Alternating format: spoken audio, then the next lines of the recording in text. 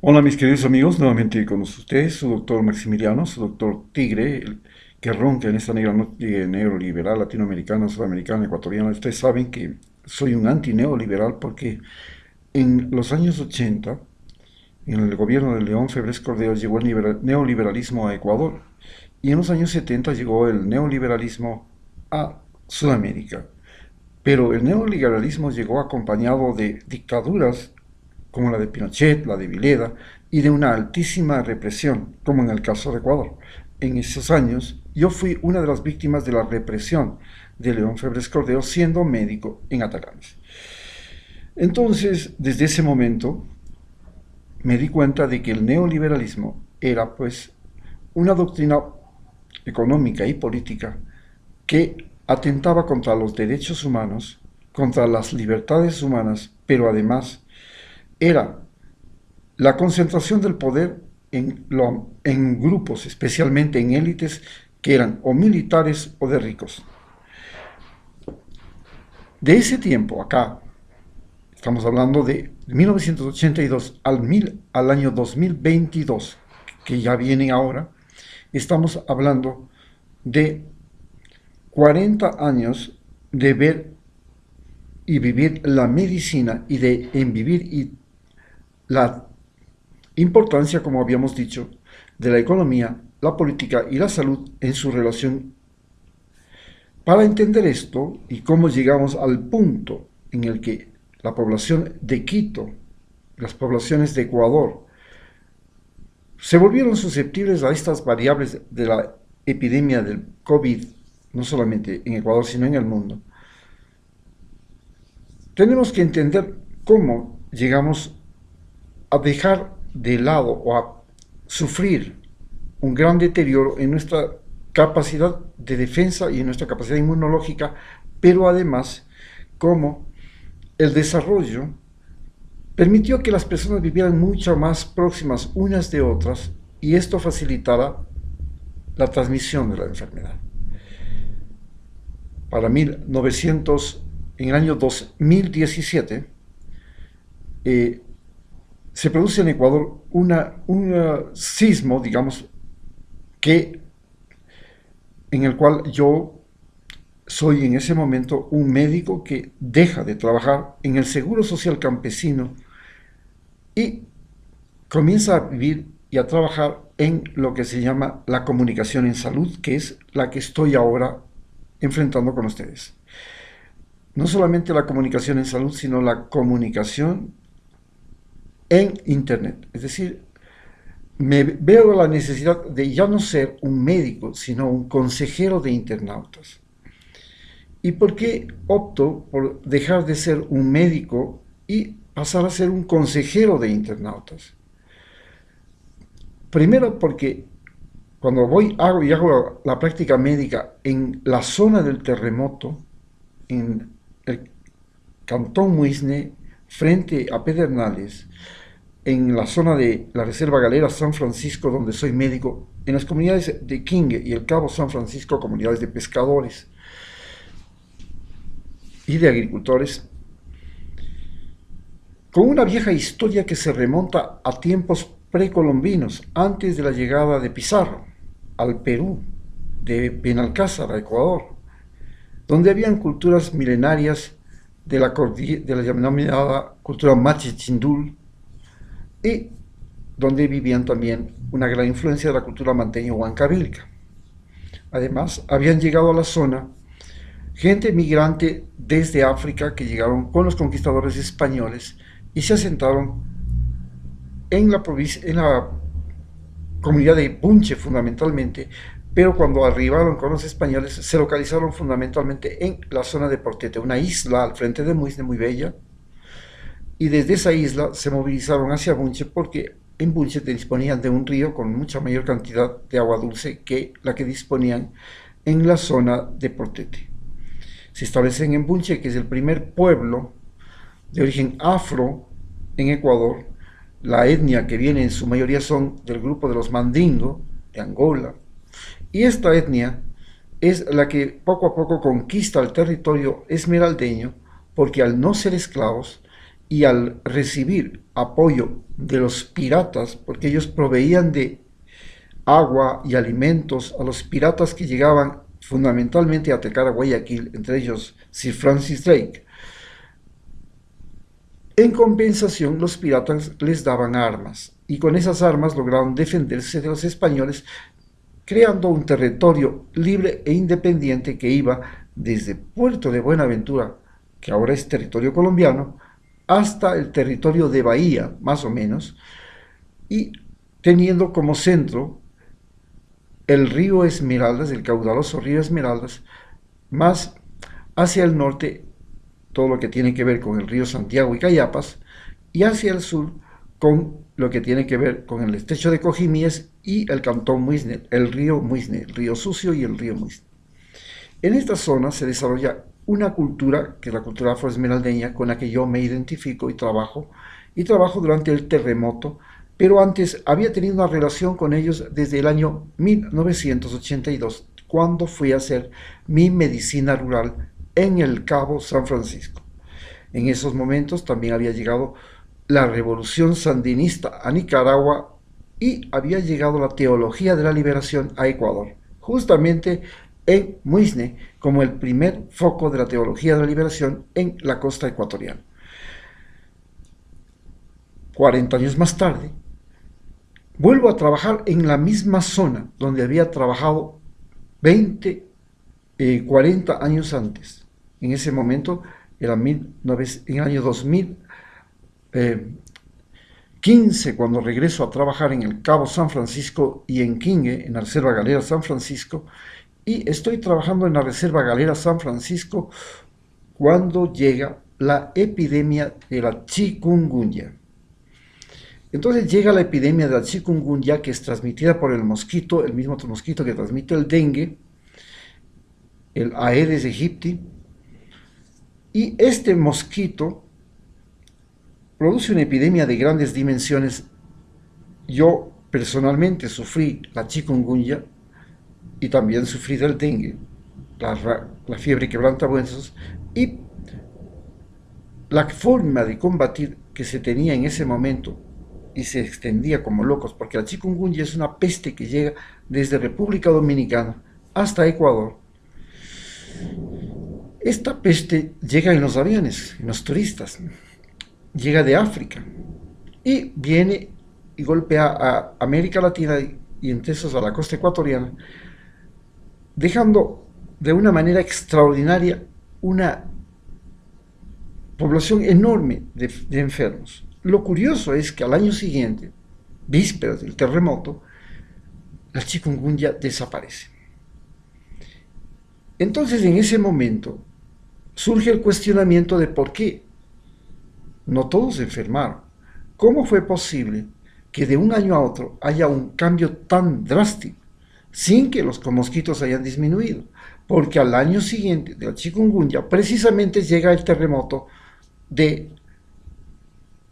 Pedernales. Se destruye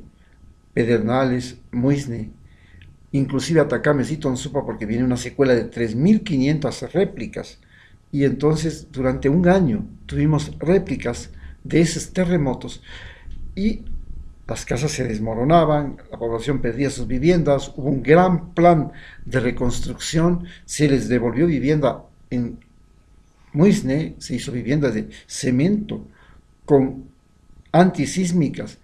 y lo mismo se hizo en Chamanga, y en el resto de la población costera se reconstruyeron casas o se hicieron otras casas, inclusive unas casas chinas extraordinariamente rápidas de hacer,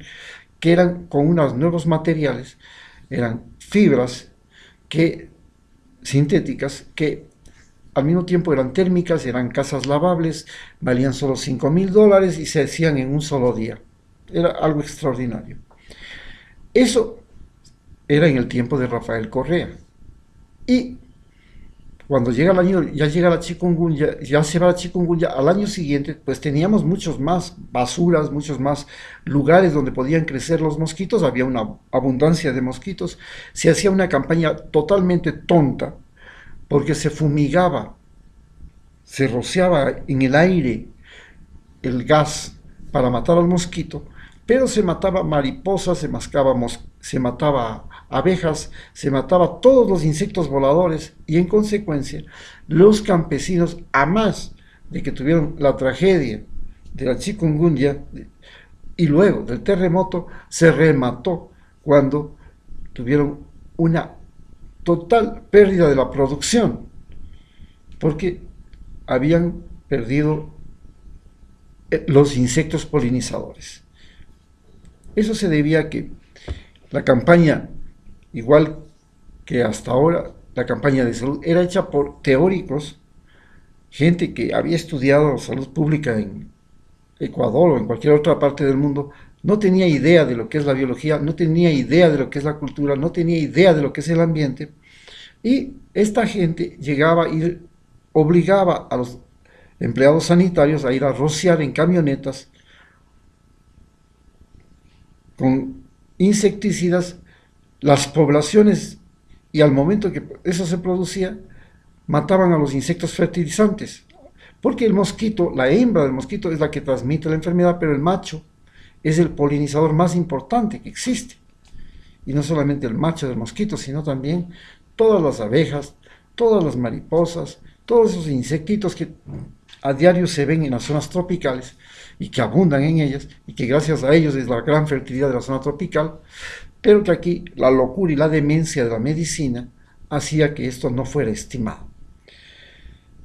Además de esta estupidez con la que se manejaba la lucha contra la chikungunya, en Brasil se quiso experimentar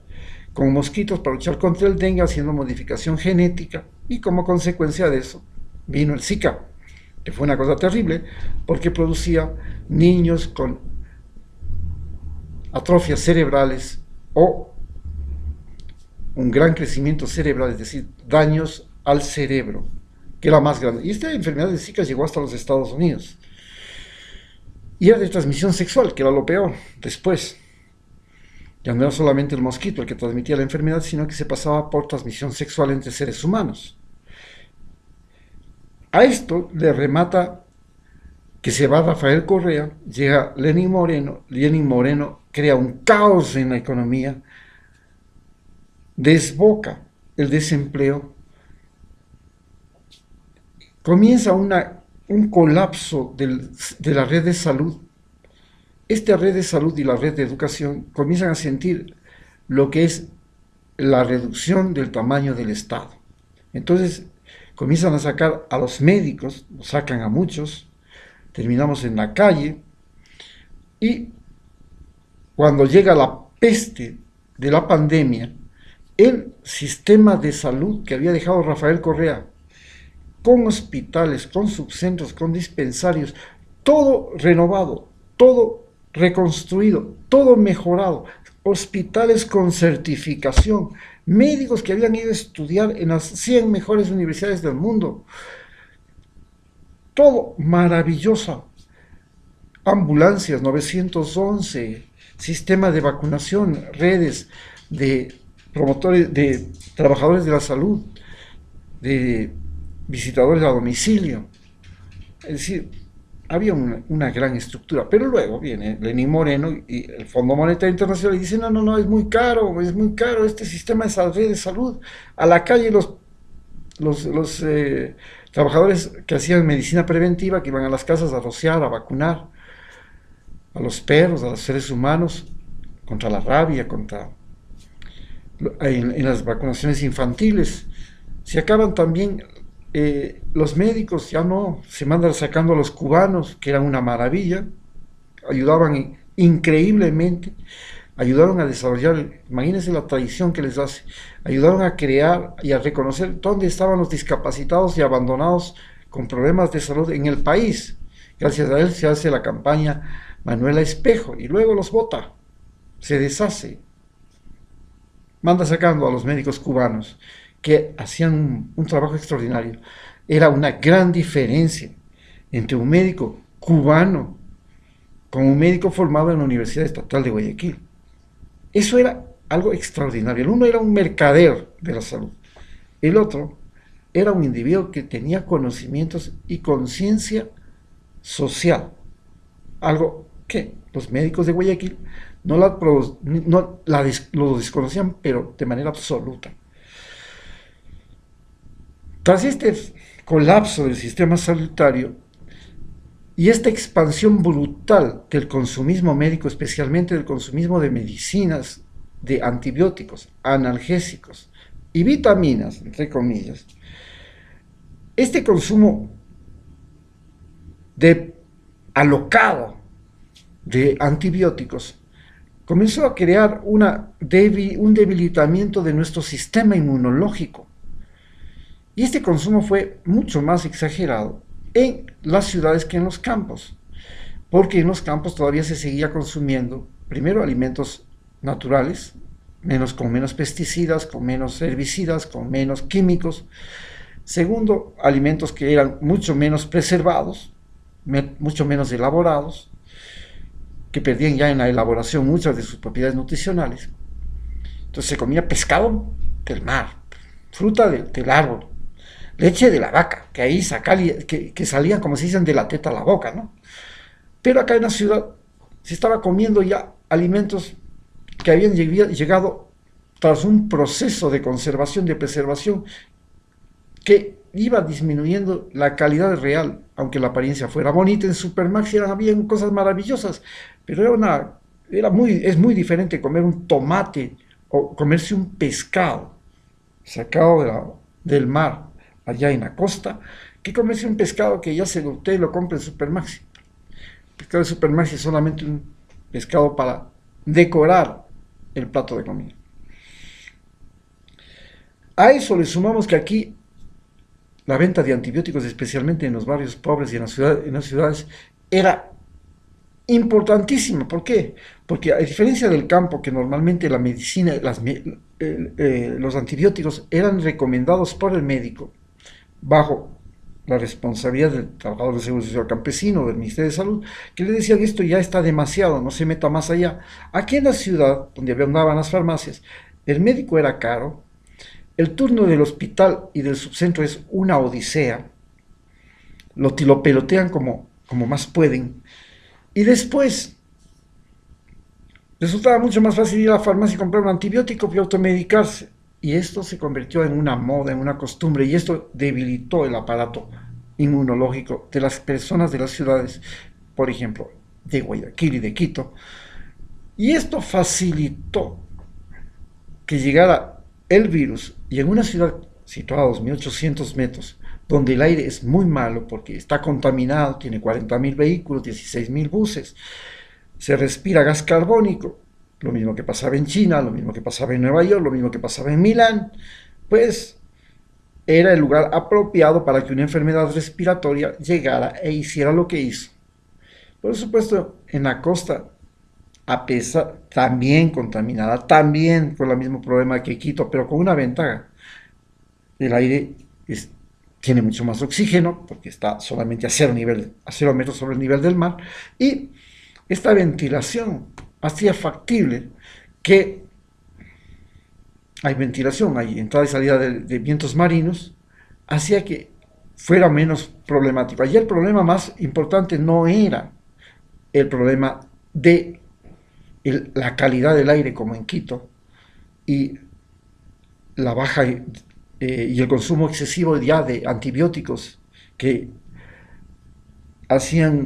reducían el ejercicio inmunológico del cuerpo, sino que además de eso, el problema fundamental en Guayaquil era el hacinamiento. Viven en barrios con hacinamiento, sin servicios básicos, sin recolección de basura, sin letrinización, sin alcantarillado, sin agua potable. Viven en barrios donde están expuestos, y al estar expuestos no solamente a la naturaleza, al clima, están expuestos inclusive socialmente. Allá a la chica pues no le pueden violar, al fulano le pueden matar, hay violencia de sicariato, hay violencia barrial, hay robo, hay todo lo que se imagina. Y es una población que vive en la calle, mientras que en las poblaciones urbanas de la sierra la gente vive en sus casas por el frío, en la costa viven en la calle por el calor. Y esta contaminación, esta proximidad, las calles se volvieron, igual que los medios de transporte, en el lugar propicio para la propagación de la enfermedad. Hoy, que llega la variante Delta y estamos aterrados porque esta variante Delta que está llegando resulta que es resistente a las vacunas, ya se lo está viendo, ya están queriendo poner la tercera dosis a los mayores de 65 años en los Estados Unidos y en Israel, y están aterrados porque esta nueva variante puede ser la precursora de una nueva variante que ya resista a todas las vacunas, lo cual nos preocupa muchísimo.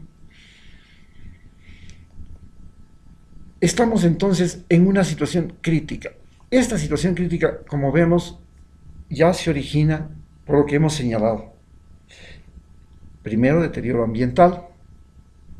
Segundo, deterioro económico en el gobierno de Lenín Moreno. Deterioro de la red de salud.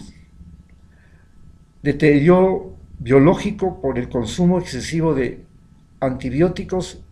y la falta de exposición del cuerpo a rigores ambientales. Y finalmente,